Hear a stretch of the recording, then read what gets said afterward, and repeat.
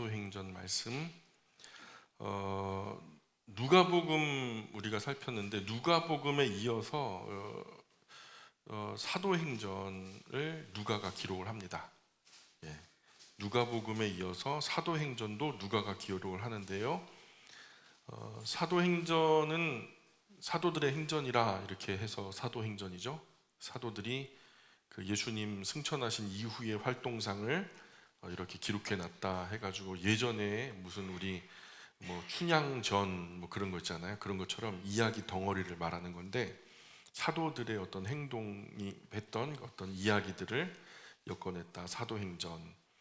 사실 근데 사도들이 행동도 반영되고 있지만은 사도들은 누구의 명령대로 움직였냐면 성령 하나님의 아주 긴밀하게 역사하심에 따라서 사도들이 움직였거든요. 그러니까 사도들이 임의로 움직인 것은 없어요. 성령 하나님께서 인도하심으로 움직였기 때문에 사실은 사도들의 행전이다라고 말하기보다는 성령 행전이다라고 말하는 것이 훨씬 더 적절하다고 봅니다.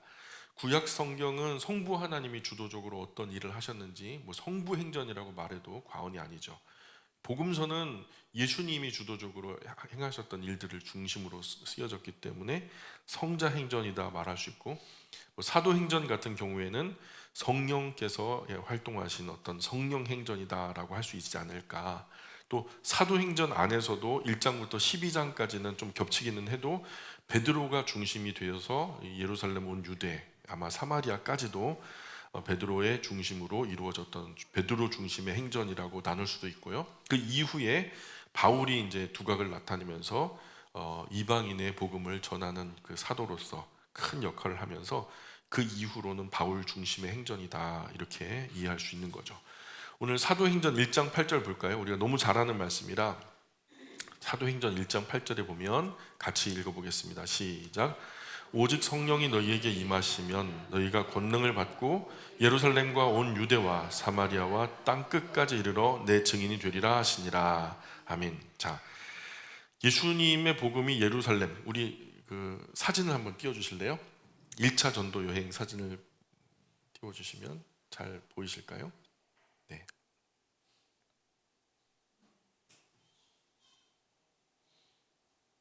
아이고야, 너무 작죠? 이게 제일 키운 거 전체 화면으로 한 거예요? 전체 화면으로, 오른쪽 끝에 전체 화면으로. 아이고야, 그 성경 이제부터는 이제 나오네. 성경 지도책 있으시죠? 이제 가지고 다니시면 돼요. 성경 지도책 이제 가지고 다니시면 효과 봅니다. 아마 지금 까마득히 잊고 있다가 가방 안에서 꺼내시는 분들 계실 거예요. 이제 사도행전 그 부분을 펴시면 되고요. 여기 보면은 유대, 이게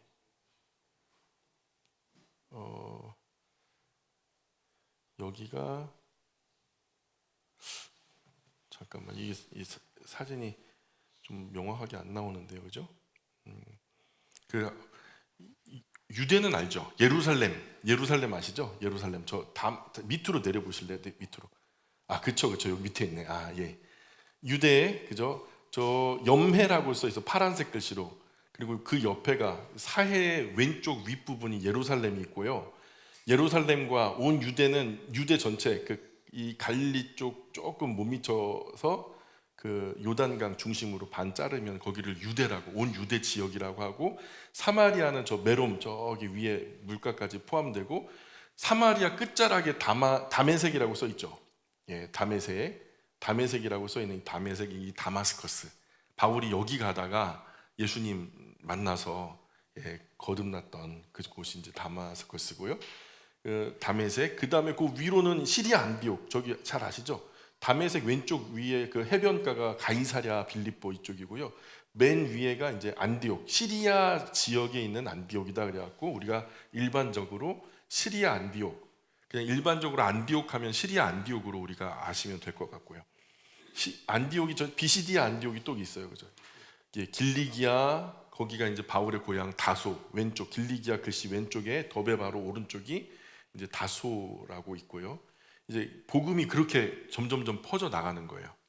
그래서 이 유다와 사마리아까지는 이제 베드로가 역할을 했다. 그 이후에 지금은 터키 튀르키예라고 지금은 새로 명칭이 변경됐는데, 튀르키예가 전체적으로 다 그 본토를 가지고 있고요. 튀르키예 그 중간에 있는 바다를 넘어서면은, 자, 한번 다음 사진 있나요? 2차 전도 여행. 어쨌든 바다는 지중해예요, 지중해. 2차 전도 여행 보시면 여기 나오네요.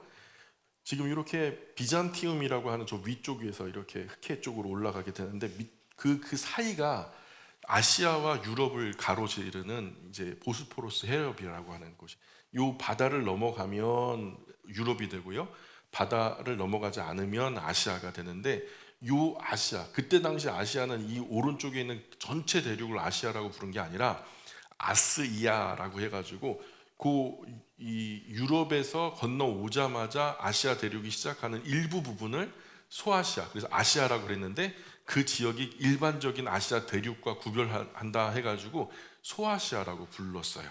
그래서 아시아, 그래서 그 보스포러스를 넘어가면 유럽이고, 그래 지금 이제 바울은 12사도에 들진 않지만 다마스커스로 가는 길에 예수님 만나죠. 그러면서 인생의 방향이 급선회된 이후에 기독교 역사상 엄청난 일들이 이루어지기 시작합니다. 그래서 바울은 2차 전도 여행 때 아마도 누가를 만났을 거예요. 누가 어디서 만났는지 정확한 장소는 알 수 없지만은, 동행한 흔적을 가만히 추적하다 보면은 드로아라는 곳에서는 확실하게 동행했다. 드로아 보시죠? 환상을 봄 써 있는, 유럽을 건너가기 전 바로 마지막 드로아, 밑에 아소 미둘렌에 있는데 드로아라고 하는 그곳에서 누가를 만났을 것이다.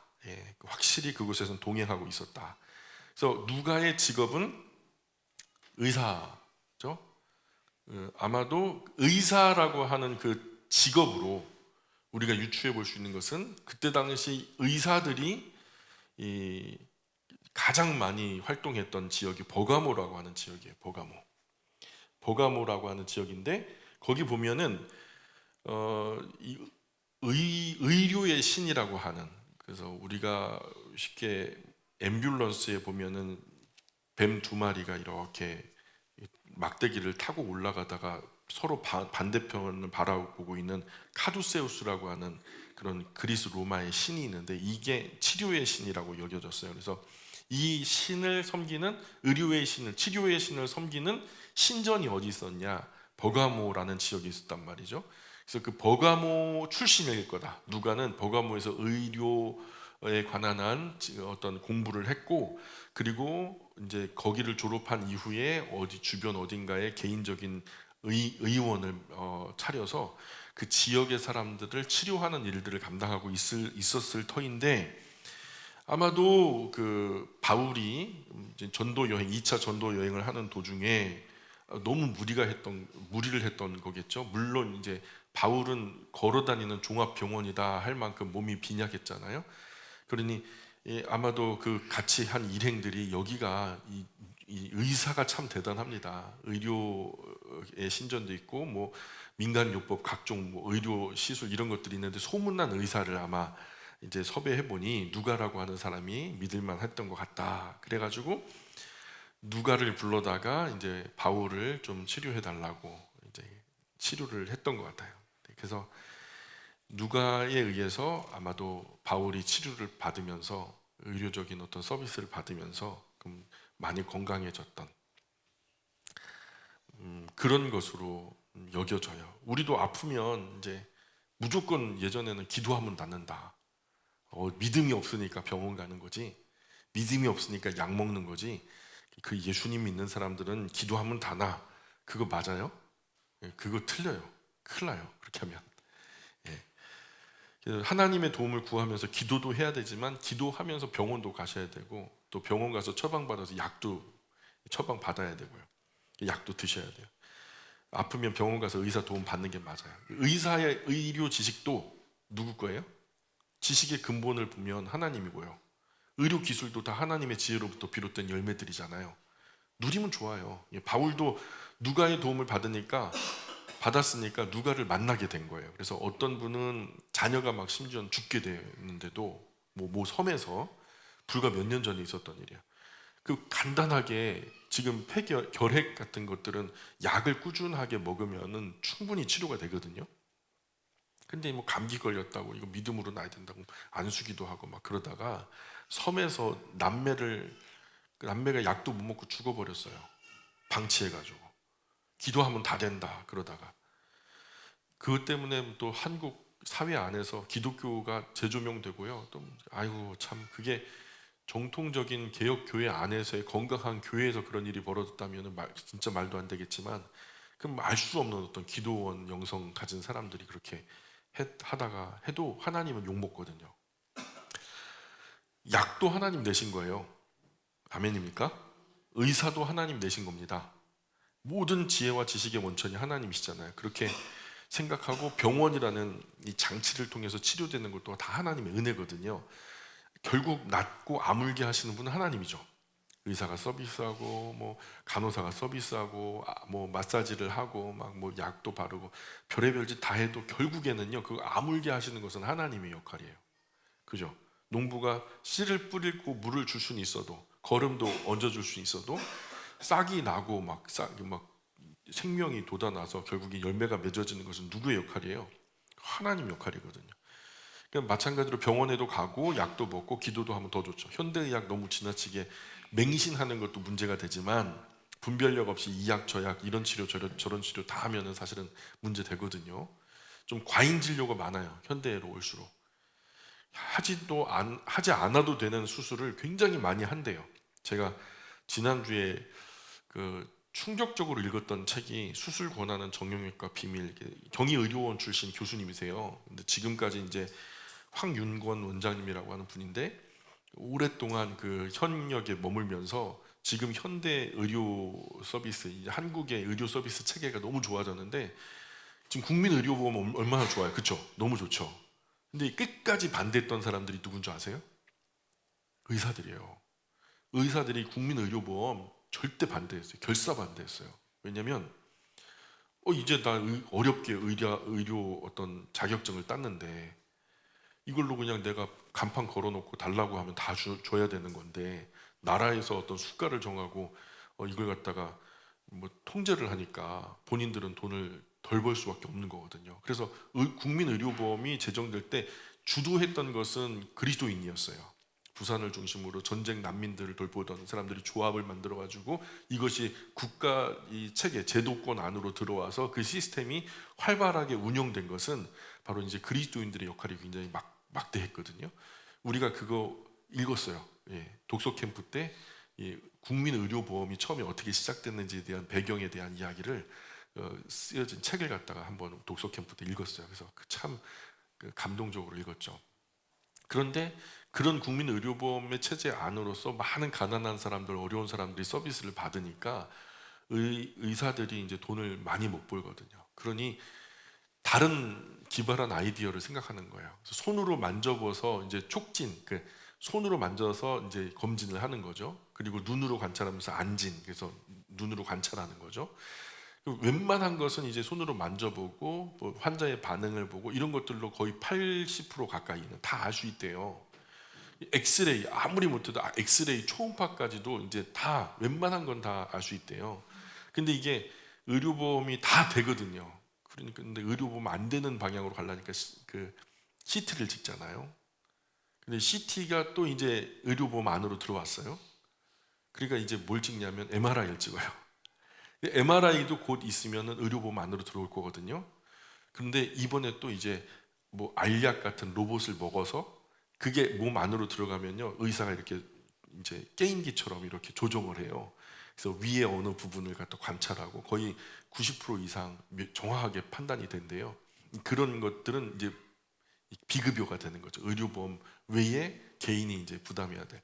점점 이런 식으로 의료 서비스가 전 세계적으로 우리나라 좋다 하지만 그러나 필요 없는 의료 행위들이 너무 지나치게 많은 것도 우리나라라는 거 기억하시고 어쨌든 몸에 칼을 대게 수밖에 없는 상황이 됐다. 여러 의원 전전했는데도 이제 수술을 해야 된다라고 안내를 받았다면 제가 권해드리는 이 책 꼭 한번 읽어보셨으면 좋겠어요.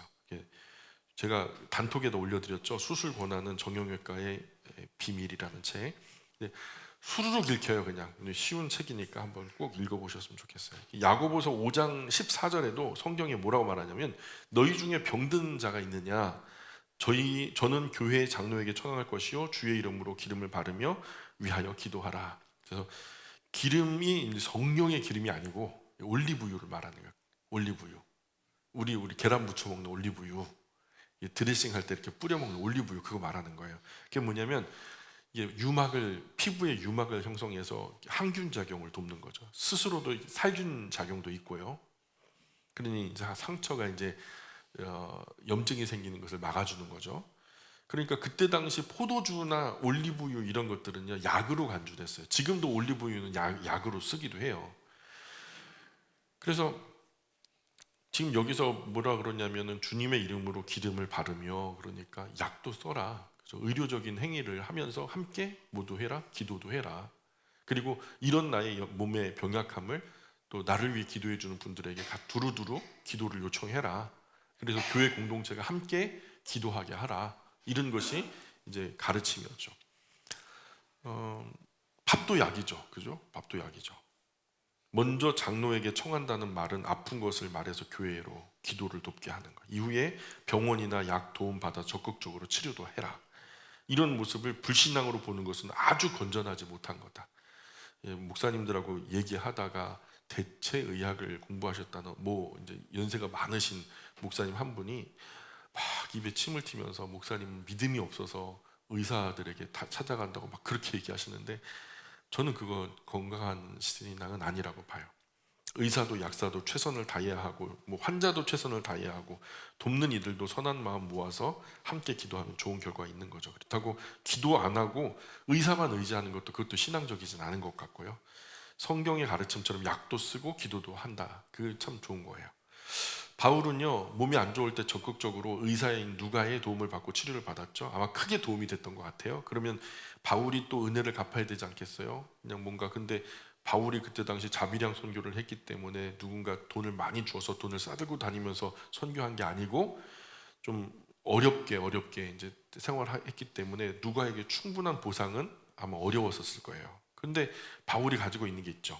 누가는 의료 기술이라면은 바울에게는 예수님의 이름, 복음. 그래서 예수님의 복음을 누가에게 들려주죠. 근데 누가가 참 인격적인 사람이고 귀가 열린 사람이라 들을 귀가 있는 분이라 복이 있는 사람이에요. 바울의 복음을 바로 알아듣죠. 그리고 그 의미 있고 가치 있는 일에 나도 동행하겠다 하면서 아마도 버가모부터 같이 바울과 동행을 하게 된 것으로 여겨져요. 그래서 누가가 바울을 만나서 바울이 누가를 만난 것, 이거 그야말로 역사적인 만남이죠. 역사적인 만남이란 어떤 만남이냐? 그가 둘이 만남으로 인해서 역사가 바뀌어 버릴 만큼 큰 만남이라는 거죠. 바울과 누가의 만남이 그래요. 이 두 분이 만나서 기록한 성경이 누가복음, 사도행전, 바울서신 13권, 합이 15권, 신약 성경 전체 51%, 그 두 분이 신약 절반 이상을 기록했다고 보시면 되죠. 만약 누가가 바울을 만나지 못했다, 그럼 누가의 인생은 어떻게 펼쳐졌을까요? 아마 여러 사람들 치료하다가 아마 이제 그냥 인생 끝났겠죠.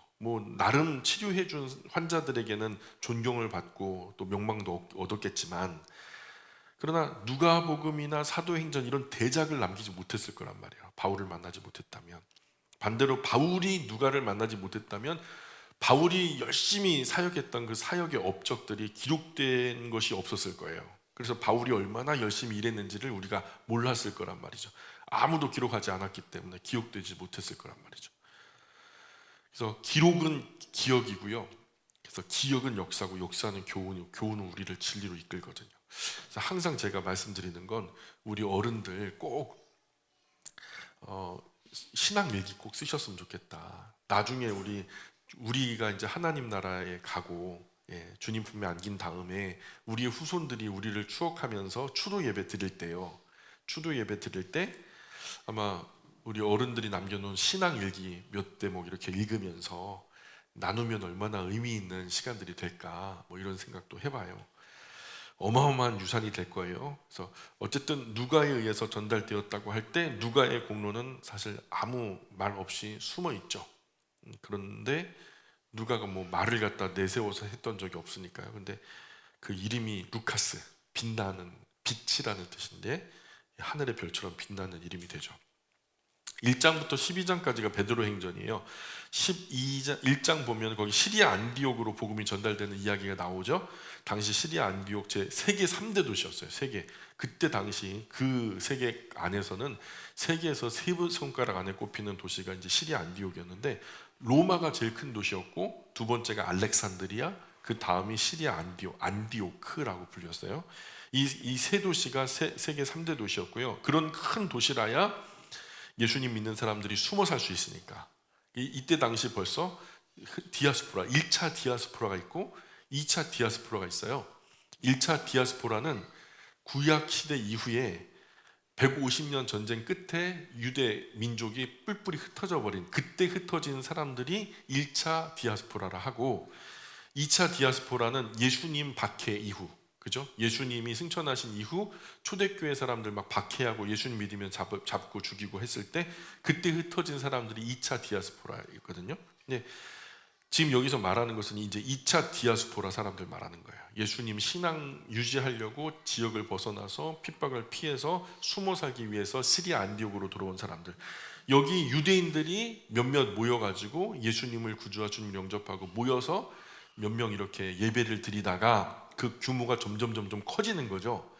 인원이 점점 커지는데 유대인들이 모여서 예배를 드리는 걸 보니까 이방인들이 보니까 참 품위도 있고 또 호기심도 들고, 그래서 우리도 당신들과 함께 예배 드리면 어떨까요?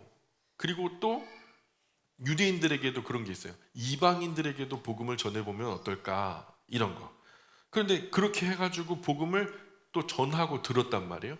근데 이 헬라인들에게 예수님의 복음을 들려준 결과 어떤 일이 벌어지냐? 사도행전 11장 20절 21절. 사도행전 11장 20절 21절. 솔쌤, 우리 더우면은 에어컨을 키셔요. 예. 많이 더우면 에어컨을 여기서 키시면, 예, 영하 20도까지만 키워주세요. 자, 사도행전 11장 20절 21절 시작. 그 중에 구브로와 구레네 몇 사람이 안디옥에 이르러 헬라인에게도 말하여 주 예수를 전파하니 주의 손이 그들과 함께 하심에 수많은 사람들이 믿고 주께 돌아오더라. 어이구, 이게 웬일이에요? 이방인들에게도 복음을 그냥 뭐 알아들을까? 예, 그럴 수 있을까? 했는데 다 듣는 거예요. 그리고서 예수님을 영접하겠다고 나서는 거예요. 안 될 것 같은데 되네요. 그죠? 우리도 그런 편견이 있죠. 저 사람은 예수님 안 믿어, 내가. 근데 안 전해봤잖아요. 한번 해보죠. 적절한 은혜의 기회를 하나님이 주시면 우리 담대하게 마음 먹고 같이 예배당 갑시다. 우리 예배당 갑시다. 김밥 맛있어요. 이렇게 처음에는 뭐 거창하게 안 하더라도. 근데 적극적으로 예수님을 모르는 사람과 이제 교제하려고 하는 사람들, 하나님은 항상 함께 하시죠. 주님이 그랬잖아요. 예, 예루살렘 온 유대와 사마리아 땅끝까지 이르러 내 증인되라. 항상 함께 있겠다라고 하는 그 전제가 이 사람들에게 복음을 전하고 그들을 가르쳐 지키게 할 때에 나는 너희와 항상 함께 있겠다라 하셨으니까, 아직 예수님의 복음을 모르는 사람들에게 내가 입을 벌려 전하려고 할 때 그 곁에는 누가 계셔요? 예, 나는 혼자 있는 것 같지만 주님이 내 곁에 함께 하시는 줄 믿습니다. 절대로 전도하는 사람은요 혼자 두지 않으세요. 예, 당시에도 이제 전혀 돌아올 것 같지 않은 이방인들이 주님께로 돌아왔다는 거예요. 헬라인에게도 전하니까 허다한 사람이 믿고 주님께 돌아왔대요. 이 소식을 예루살렘 교회가 들어요. 시리아 안디옥에 헬라인들이 엄청나게 모여서 주님 예수님의 이름으로 예배를 드린다는 거예요. 정기적인 집회가 시작됐다는 거예요. 좀 자초지종을 우리가 좀 알았으면 좋겠다. 도대체 무슨 사건이냐? 아직까지 유대인들 안에서의 부흥은 우리가 이해할 수 있지만 흩어진 사람들이 모여서 군데군데 모여서 예배한다는 것은 소문대로 알지만, 그런데 시리아 안디옥은 좀 케이스가 다른 거예요. 전혀 이방인들이 복음을 듣고서 예수님을 받아들이고 막 신앙생활을 하는데 규모가 엄청 커지니까요. 그래서 뭐 믿을 만한 사람 한번 보내보자. 누가 믿을 만한 사람이냐? 바나바. 전 재산을 털어서 사제로 그 출연해가지고 가난한 이웃들을 다 도왔던, 교회를 도왔던 사람이 바나바니까요. 믿을 만한 사람이죠. 근데 바나바 보세요. 11장 22절 보세요. 11장 22절. 예루살렘 교회가 이 사람들의 소문을 듣고 바나바를 안디옥까지 보내니 그가 이르러 하나님의 은혜를 보고, 야, 이게 이런 눈이에요. 은혜를 볼 줄 아는 눈. 우리는 하나님이 은혜를 줬는데도 이게 은혜인지 뭔지 맨손맨송하게 앉아가지고 졸며 잘세. 그러면은 은혜의 눈이 아닌 거죠. 그죠? 하나님의 은혜를 보는 눈이 있어야 돼요. 은혜 가운데 사는 정도가 아니라 은혜 속에 빠져서 허우적거리면서 사는데도 막 은혜의 꼭대기에 막 정상에서 막 댄스를 하고 있는데도 그게 은혜인지 모르고 사는 사람이 있다니까요. 그게 복인지 모르고 살아가요. 이런 사람은 은혜를 볼 수 있는 눈이 없는 사람이죠. 이런 사람은요, 하나님이 은혜를 주시지만요, 답답해요. 예. 그저 그냥 돼지에게 진주 목걸이 걸어주지 않는 것처럼 알아먹지 못하고 가치 없게 생각하는 사람에게는 나중에는요, 감사하지도 않고 그런 사람의 은혜를 거둬버리시죠. 그러니 평소에 하나님의 은혜에 감사하고 살아가는 사람들은 잘 준비된 복의 그릇이다. 잘 준비된, 우리가 그 부잣집에 금그릇, 은그릇, 나무그릇, 질그릇도 있다. 근데 주인이 기뻐 쓰시는 그릇은 무엇이다? 깨끗하게 씻어 엎어놓은 그릇이라는 거죠. 그쵸? 그게 복그릇이라. 주님의 손에 붙들리는 복그릇. 그게 뭐예요? 은혜에 감사하는 그릇이라는 거죠. 은혜에 감사하는 그릇. 그래서 그 하나님의 은혜를 보고 누가 봤어요? 바나바가, 그죠? 기뻐하여 모든 사람에게 굳건한 마음으로 주와 함께 머물러 있으라 권했다. 24절 밑줄 그어볼까요? 바나바는 어떤 사람이요? 착한 사람이요. 굳건한 마음으로 성령과 믿음이 충만한 사람이라 이에 큰 무리가 주께 더하여지더라. 착하니까. 누가 봐도 착하면요, 그 사람 편하고 싶어요. 그죠? 근데 누가 봐도 깍쟁이면요, 싫어. 그죠? 25절 바나바가 사울을 찾으러 다소에 가서 만남에 안디옥에 데리고 와서 둘이 교회 1년간 모여서 큰 무리를 가르쳤고 제자들이 안디옥에서 비로소 그리스도인이라. 여기 그리스도인, 이게 바로 크리스찬, 크리스티앙, 이런 이름들이 다 여기서 나옵니다. 그리스도인. 우리는 그냥 뭐라고 부르면 좋냐면 크리스찬, 이건 뭐 좀 그렇잖아요. 우리는 그리스도인이라고 하면 좋아요. 그리스도인. 크리스찬 뭐 그것도 틀리진 않아요. 그리스도인이라 일컬어만. 제자들이 하도 그리스도 예수 하니까 그때 당시는 이제 이게 우리식으로 번역하자면 예수쟁이라 불렸다, 이렇게 불렸을 거예요. 근데 그 이름이 좀 놀리듯이 비아냥거리듯이 불린 게 아니라 좀 높임받는, 존경받는 이름이었을 거예요. 12장에 보면 헤롯이 손을 들어 교회 대표자 중에 몇 사람을 해치려고 해요. 일단 사도 야고보를 칼로 죽여 제일 먼저 순교의 제물 삼고요. 물론 집사님 중에 스데반 집사님 먼저 앞서 한참 전에 이제 사도행전 7장에서 이제 순교를 당하지만 사도행전 7장에 스데반 설교가 나오거든요. 이 놀라운 게 스데반 집사님은 7장이 한 장인데요. 7장 한 장 안에 아브라함부터 예수님까지를 조련해요. 아브라함부터 예수님까지 요약하는데 그것도 주제로.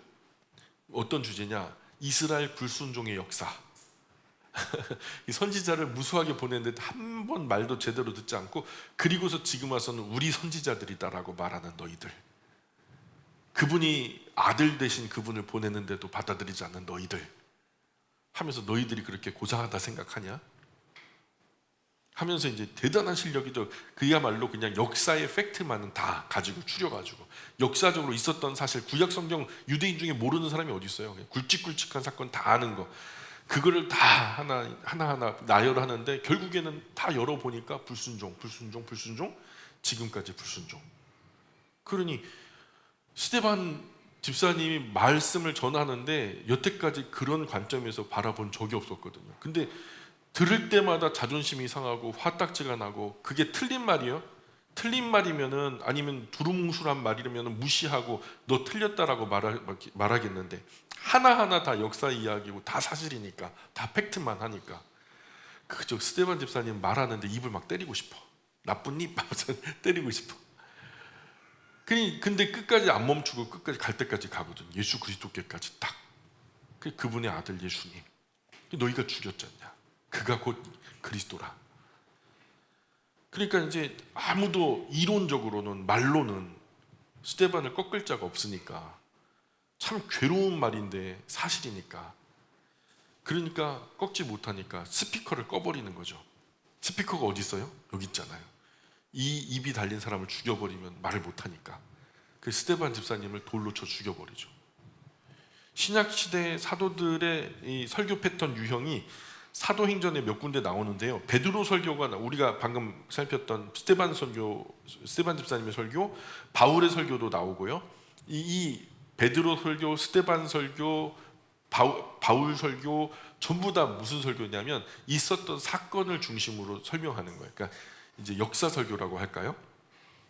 율법과 역사와 선지서를 설교하는 거죠. 게다가 아주 밀도 높게, 아주 그냥 뭐 다 아는 이야기니까 조려서 아주 그냥 다 압축해가지고 초점이 모이니까 성령의 불꽃이 일어나도록, 돋보기 가지고 초점을 모아 불이 일어나는 것처럼 아주 집약적으로 그때 사건, 그렇지 않냐? 근데 너희들은 왜 그래? 하면서 막 이렇게 역사적인 사건들을 나열하니까 둘 중에 하나는 오는 거야. 하나는 화딱지가 나갖고 분노가 일어나가지고 완전히 적대적인 사람이 되든가, 아니면은 그 복음에 순응하고 회개하고 돌아와 주님의 제자 되든가. 이 완전히 좌우당간 너희의 마음을 표현하라는 거죠. 그래서 완전히 그 알곡과 가라지로 나누는 거예요. 염소와 양으로 가리는 거예요. 그게 이제 설교의 중심이었어요. 그래서 설교가 본문보다 짧아지게 해야 하는 걸 잘하는 것 같아요. 그래서 어쨌든 성경 본문보다 더 짧게 초점을 모아서 전해야 성경이 반짝반짝 보이면서 불이 일어나겠죠. 그리고 13장으로 가볼까요? 13장으로 가보시면 안디옥 교회의 숫자가 점점 불어나죠. 13장 1절 보세요. 13장 1절 같이 읽어볼게요. 시작. 안디옥 교회에 선지자들과 교사들이 있으니 곧 바나바와 니게르라는 시므온과 구레네 사람 루교와 분봉왕 헤롯의 젖동생 마나인과 및 사울이라. 사울은 바울이죠. 우리가 잘 아는 바울이 이 사울이에요. 근데 이 사울은 및 바울이라 할 만큼 부연해서 그냥 뭐 보충해서 그냥 이런 사람도 있었다 할 정도로 크게 주목받지 못한 사람이었죠. 그죠? 그냥 보조교사 정도? 근데 조금 있다 보니까 나중에는 바울이 맨 앞에 나와요. 이 바울이 복음의 사역이 선봉에 나와 있는 것을 보게 돼요. 바울에게 있는 출중한 실력, 그것이 이제 받침이 되니까 기회가 오니까 실력 발휘를 하는 거죠. 실력이 없었다면 기회가 와도 실력 발휘 못했겠죠. 그러니 나의 은사가 뭐가 되든지 주님 부르시는 그날까지 하나님 영광이어서 어느 모로나 쓸모 있도록 열심히 갈고 닦아 놓아야 돼요.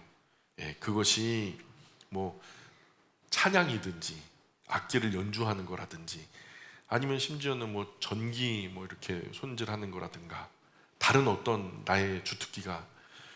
그래서 저는 우리 교회 안에 우리 아내랑 지난번에 가면서 막 깔깔대고 웃었던 적이 있었는데, 하나님 우리 교회 안에 판사님이 있었으면 좋겠어요. 우리 교회 안에 검사님도 있었으면 좋겠고요. 우리 교회 안에 변호사님도 있었으면 좋겠고요. 우리 교회 안에 의사 선생님도 있었으면 좋겠고요. 하면서 계속 이제 얘기하니까 막 웃겨 죽겠대요. 뭐든 필요한 거 있으면 나중에는 운동화가 떨어져서 운동화를 살려고 운동화를 만드는 집사님이 계셨으면 좋겠다고. 다양하게 있으면 좋죠. 뭐 어느 모로나 쓰임 받으면 얼마나 감사해요. 자, 그래서 이제 바울이 이제 아주 오래 준비된 그릇이라는 거. 길리기아 다소에서 헬라 철학을 공부했죠. 다소, 헬라, 유대랑은 멀리 떨어진 그 튀르키예 중남부. 그런데 이제 나중에 유대로 건너와서 유학을 하면서 가말리엘 문화에서 유대인으로서 또 공부를 하고, 다메스커스로 가다가 예수님 만나가지고 그때 아나니아를 통해서 눈 뜬 다음에는 아라비아 사막으로 들어가서 적어도 연대기적으로 계산을 해보면 한 3년 정도 사막에 들어가서 자기가 여태까지 알고 있었던 구약의 잘못된 지식들을 예수 그리스도를 중심으로 다시 재정비하는 시간들을 적어도 3년 이상 가졌던 것 같아요. 그리고 길리기아 다소 다시 이제 막 예루살렘까지 와가지고 막 흥분해서 복음을 전하는데 제자들이 또 막 극구 만류하니까 의기소침해가지고 길리기아 다소까지 다시 가가지고 에이 그냥 조용히 살다가 죽어야 되겠다 하면서 그냥 자기 신앙에 만족하면서 길리기아 다소에 있는데 누가 불러요? 바나바가 불러다가 시리아 안디옥 교회에다 딱 꽂아놓고 너 여기서 복음 전해라. 1년 반 복음을 전하다가 이제 전도 여행 가게 되는 거잖아요. 예, 그렇게 이 길리기아 다소에 있었던 기간이 적어도 한 10년 정도 돼요. 10년 정도. 그렇게 푹 무르익어서 바울은 아유 내 힘으로는 아무것도 못하는구나. 자기 부인, 예, 자기 부정, 그리고 주님 앞에서의 겸손함, 이런 끓는 그의 강직한 성격이 차분해진 후에 바울은 안디옥에 와가지고 바나바와 함께 바울이 이제 진두에 나오는 것을 우리가 보게 되죠. 13장 2절 볼까요? 13장 2절 보세요. 주를 섬겨 금식할 때에 성령이 이르시되 내가 불러 시키는 일. 내가 누구죠? 성령 하나님이죠. 내가 불러. 이게 콜링이에요. 예, 이걸 소명이라고 해요. 선교사님들의 가장 중요한 본문이 되는 구절이에요. 내가 성령 하나님이 불러 콜링 시키는 일, 사명이죠. 소명, 사명 다 있는 거예요. 그래서 성령이 불러 시키는 일 뭘까요? 교회를 개척하는 것, 복음을 전해서 선교하는 이것을 위해서 바나바와 사울을 따로 세워라 하시니 이에 금식하며 기도하고 두 사람에게 안수하여 보내니라. 두 사람이 성령의 보내심을 받아, 그죠? 성령의 보내심을 받아 어느 선교단체나 선교의 기구나 보냄을 받는 것은 교회의 보냄을 받는 게 아니고 어떤 선교 뭐 단체가 보내는 게 아니고 성령의 보내심을 받는 거예요. 예, 성령의 보내심을 받는 거예요. 실루기아에 내려가 거기서 배 타고 구브로에 가서 살라미에 이르러 하나님 말씀을 유대인의 여러 회당에서 전할세 요한을 수행원으로 두었더라. 이 요한이 누굴까요? 마가 요한 말하는 거죠. 그죠? 이 구브로 섬 안에서 이제 1차 전도 여행 지도 한번 주실래요? 자, 키프로스라고 하는데 지중해를 중심으로 이제 구브로 섬 안에서도 섬을 갖다 반으로 쪼개면, 섬을 반으로 쪼개면 1차 전도 여행 사진 좀 띄워주세요. 1차 전도 여행 사진 좀 띄워주세요. 구브로 섬, 키프로스 섬 안에서 이제 반으로 딱 자른단 말입니다. 여기 키프로스, 저 섬을 반으로 딱 잘랐을 때 이제 그 왼쪽은 파포스, 성경에는 바보라고 돼 있죠. 그래서 파포스를 거쳐서 밤빌리아, 버가, 페르가까지 오게 되는 거죠. 그래서 페르가에 다시 이제 비시디아 안디옥으로 오게 되고요. 그 비시디아 안디옥에서 이고니온, 지금의 코냐라고 하는 지역으로 오게 되고요. 거기서 다시 루스드라, 더베, 비시디아 안디옥, 이것이 이제 1차 전도 여행 코스예요. 그래서 대체로 지금 현재 튀르키예 중남부 루가오니아, 비시디아, 밤빌리아 지역들이죠. 조금 더 동쪽으로 내려오면은 길리기아, 그 약간 북동쪽으로 갑바도기아, 갈라디아, 비시디아, 루가오니아, 밤빌리아, 수리아, 아시아, 터키 전체가 아니라 당시에는 작은 부분들을 일컬어서 이제 아시아라 했다. 아스이아, 아시아 위가 무시아, 무시아 위가 비두니아, 비두니아 옆에 폰투스, 그리고 비두니아, 무시아, 아시아, 이오니아의 수도가 밀레토스. 그 다음에 이제 부르기아, 비시디아, 루가오니아, 밤빌리아, 길리기아, 수리아를 이거 그냥 지도 한 번만 딱 보면은 금방 아는데 이 말로 하면 잘 모르죠. 댁에 돌아가셔서 이제 다음번엔 지도책 꼭 갖고 오셔요. 딱 보면 한눈에 다 들어와요. 이게 이제 1차 전도 여행 코스죠. 이렇게 한 바퀴 도는 게 한 1년 반 정도 걸렸을 거예요. 일반적으로 이제 1년 반, 많게는 한 2년 정도 예상해 봐요. 1차 전도 여행. 그리고 이제 15장으로 건너와 보시면 1차 전도 여행 마치고 돌아오니까 시리아 안디옥 교회에서 어떤 형제들이 유대로부터 이제 온 거예요. 유대로부터 와가지고 성도들을, 그리스도인들을, 시리아 안디옥 교회 그리스도인들을 바울과 바나바가 열심히 세워놨는데, 그렇게 전도 여행 끝나고 와서 시리아 안디옥에 돌아와 보니까 이 사람들에게 유대로부터 온 어떤 그 사람들이 가르치는데, 너희가 모세의 법대로 할례를 받지 않으면 구원받지 못한다는 거예요. 그러니 그냥 헬라 출신의 많은 사람들이 할례 받느라고 정신이 없어요. 이방인들이 가르치기를 너희들 예수님 믿으면 다 구원받는다는, 그렇게 구원 안 돼. 먼저는 이스라엘 사람들이 돼야 하고, 이스라엘 사람들이 되기 위해서는 할례를 받아야 돼. 그래서 할례를 통해서 이스라엘 사람들이 된 다음에, 그 다음에 예수님을 영접하면 구원이 되는 거야. 그러니까 장치를 하나 더 하는 거죠. 먼저 이스라엘 사람들에게 위해서 할례를 받아라. 그러니까 바울은 그들의 가르침에 대노를 하죠. 절대 그렇지 않다고. 우리가 시리아 안독에서 복음이 전파되는 것을 우리 눈으로 직접 봤는데 그들 중에서 할례 받는 사람이 없었거든요. 그러면서 아무리 옥신각신하며 논쟁을 해도 영원히 평행선이죠. 뭐. 바울은 안 받아도 된다, 유대로부터 온 사람들은 받아야 된다, 싸우니까. 이 문제 가지고 예루살렘에 있는, 야, 우리끼리는 말 안 되겠다, 예수님 직계 제자들한테 한번 찾아가 보자. 예수님 직계 제자들이 말하는 거, 그게 사실 정답 아니겠냐, 예수님의 가르침을 직접 받았을 테니까. 그래가지고 이때 동의하는 거예요. 다 동의해가지고 바울에 속한 사람 몇 명, 그리고 반대편에 유대로부터 온 형제들이라고 하는 그 사람들에게 속한 사람 몇 명, 증인들 딱 대동해가지고 예루살렘 가가지고 이 난제에 대해서 좀 명쾌한 해답을 좀 달아달라고. 이게 예루살렘 1차 총회예요. 그래서 수제자 베드로를 중심으로 해가지고 여러 제자들, 야고보, 뭐 이런, 야고보가 이제 중재를 하죠. 그러면서 이제 그 변호하고 얘기하는 가운데에서 고넬료의 사건이라든가 막 이런 저런 그 바울의 어떤 증언이라든가 이런 것들을 보니까 이미 성령이 임했다는 거예요. 할례를 받지 않은 상황에서 임했던 것을 이제 확실하게 이제 나타나게 되니까, 우리가 그러면 이 이방인 중에서 예수님을 영접하게 되는 이 사람들에게 너무 무겁게 짐을 지우지 말자. 다만 우리가 덕으로 생각하는 피채 먹지 않는 거, 그리고 목매어 죽인 것들을 먹지 않는 거, 뭐 각종 음행이나 이런 것들, 그때 당시 우상 숭배를 하게 되면 음행이 항상 1+1처럼 붙어왔으니까 우리가 그런 것들을 우리가 좀 절제하면서, 그런 거 하지 않으면서 우리가 최소한 할례 같은 거, 이런 것들은 우리가 자유롭게 하자, 안 해도 괜찮다, 이렇게 이제 결정을 내린 것이 예루살렘 1차 총회로 결정이 된 거죠. 마무리가 돼요. 그래서 그리고서는 이제 첫 번째, 우리가 목매어 죽인 짐승 왜 먹지 못하게 했냐면은 레위기 3장에서 기름과 함께 피를 먹지 말라 돼 있으니까, 이게 율법의 중요한 원칙이었고, 두 번째, 목매어 죽인 동물은 피가 몸속에 고인 채 죽잖아요. 그래서 이게 좀 빨리 상한대요. 피가 몸 안에 있는 상태에서 그 동물이 죽으면요, 몸이 빨리 부패를 한대요. 그러니 위생상도 안 좋죠. 그리고 세 번째로 이게 참 불필요한 살상을 금지한다는 거예요. 재미로 뭐 죽이거나 막 그냥 이렇게 하는 거. 10계명 6계명 중에 죽이지 말라, 생명 소중히 여기는 하나님의 마음에 담겨져 있는 구절이죠. 로티르차크. 그래서 그냥 살인이 아니에요. 살인이 아니라 죽이지 말라. 모든 생명 있는 것은 다 하나님께로부터 왔으니 생명은 우선권을, 그 존엄권이 있는 거, 하나님에게로부터 왔다라는. 그래서 그런 이야기들이 이제 나오는 거죠.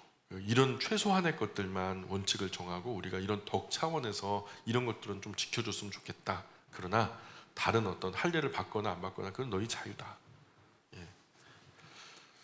그리고 16장으로 다시 이제 2차 전도 여행이 시작되죠. 15장 36절부터 한번, 15장 36절 한번 보시면, 며칠 후 바울이 바나바더러 말하되 우리가 주의 말씀을 전한 각 성으로 다시 가서 형제들이 어떠한가 방문하자 하고, 바나바는 마가라 하는 요한도 데리고 가고자 하나 바울은 밤빌리아에서 자기들을 떠나 함께 일하러 가지 아니한 자를 데리고 가는 것이 옳지 않다 하여 서로 심히 다투어 피차 갈라서니, 바나바는 마가를 데리고 배 타고 구브로로 가고, 바울은 실라를 택한 후 형제들에게 주의 은혜를 부탁함을 받고 떠나 수리아 길리기아로 다니며 교회들을 견고하게 하니라. 그래서 바나바는 마가 요한을 데리고 가고 싶어요. 1차 전도 여행 때 물론 이제 일행을 떠나서 막대한 그 전도 여행에 지장을 준 것은 사실이지만, 이제는 이제 마가 요한이 그러지 않는다. 1차 예루살렘 총회 결과도 나왔고, 근데 이게 이제 제가 생각하기로는 마가 요한이요,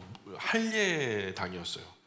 이방인 중에서 예수님의 복음을 전해 들은 사람은 할례를 받아야 이스라엘 총회로 들어오고 이스라엘 총회 안에 속해야 예수님을 영접하게 되어지는, 왜냐하면 유대인들의 메시아니까 그런 절차를 거쳐야 된다라고 생각해가지고 1차 전도여행 쫓아다니면서 바울과 함께 전도여행을 하다 보니까 바울은요, 할례 없이 계속 세례만 주고 다니는 거예요. 그래서 아니, 바울 선생님 그러면 안 되지 않습니까? 우선은 할례를 안내해야 됩니다. 반드시 할례 안내해야 됩니다.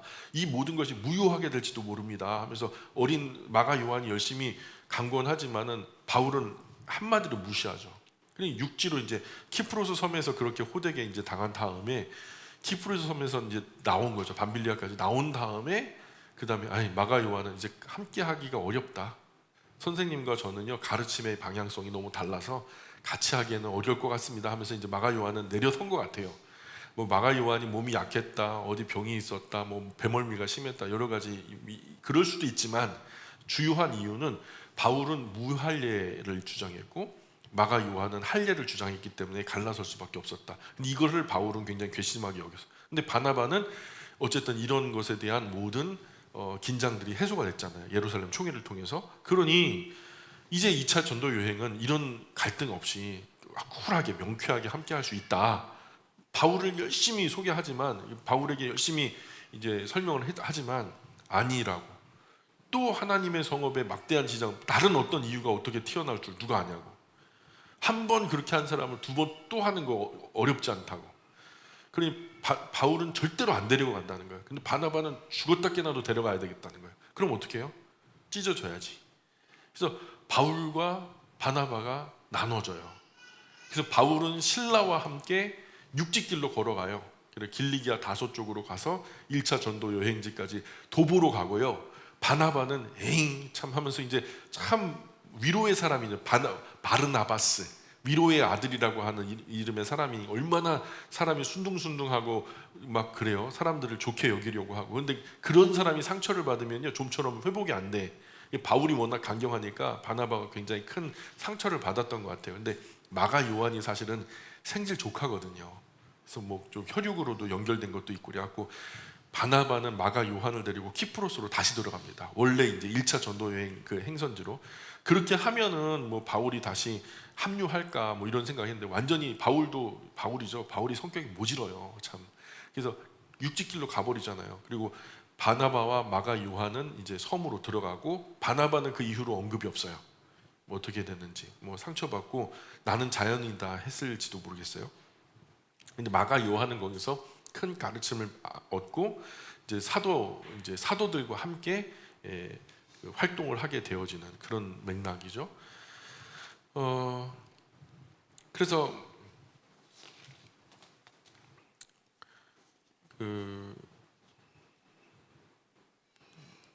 그래서 2차 전도 여행할 때 이제 주목할 만한 사실은 바울이 누구와 같이 갔어요? 바울은 실루아노, 그리고 바나바는 마가 요한. 요거 중요한 거예요. 요거 중요한 거예요. 그래서 2차 전도 여행에서 주목할 만한 사실은 바울이 위대한 사람들과의 만남이 굉장히 풍성해요. 예, 그래서 실루아노 만났죠. 2차 전도여행 출발한 루스드라 디모데, 믿음으로 낳은 아들 디모데를 또 만나고요. 디모데와의 만남도 진짜 역사적인 만남이죠. 그냥 말 그대로 역사가 바뀔 만한 만남이죠. 세 번째 또 누구 만나요? 누가 만나요? 누가 만나죠? 누가를 만나요. 예, 누가 이 전도 2차 전도 여행에서. 그리고 빌립보에 갔을 때 자주장사 루디아를 만나고, 그리고 고린도에 갔을 때 부부를 만나죠. 브리스길라 아굴라 부부를 만나고. 참 2차 전도 여행 때 주목할 만한 이슈는 귀한 만남이 많았다. 함께 평생 동역하게 되어지는 귀한 팀을 하나님이, 성령 하나님이 꾸려주셨다라고 할 정도로. 그래서 이제 이 즈음에 2차 전도 여행에서 이 수많은 사람들과의 만남이 이루어지는 그 시절에 이 즈음에 데살로니가 전서 후서를 이제 기록하게 되죠. 이제 데살로니가 전후서 이야기는 다음 시간에 우리가 할 건데, 데살로니가 전서 후서가 언제 쓰여졌다? 바울이 몇 차 전도 여행 당시에 2차 전도 여행 중에 쓴 책이 바로 데살로니가 전후서다. 그럼 데살로니가 전후서는 초기 서신에 속할까요? 후기 서신에 속할까요? 초기 서신에 속할. 초기 서신에 속하는 것일수록 신학적으로 무르익지 않고 오류가 좀 있어요. 그러니까 뭐 바울의 말이 오류가 있다는 건 아니고 받아들이는 사람 입장에서 오해가 많아서 좀 여러 가지로 우리가 설명해야 될 것들이 있어요. 그래서 데살로니가 전후서는 우리 다음 시간에 계속해서 나누도록 하겠습니다. 예, 질문 없으시죠? 예, 고맙습니다. 기도하겠습니다.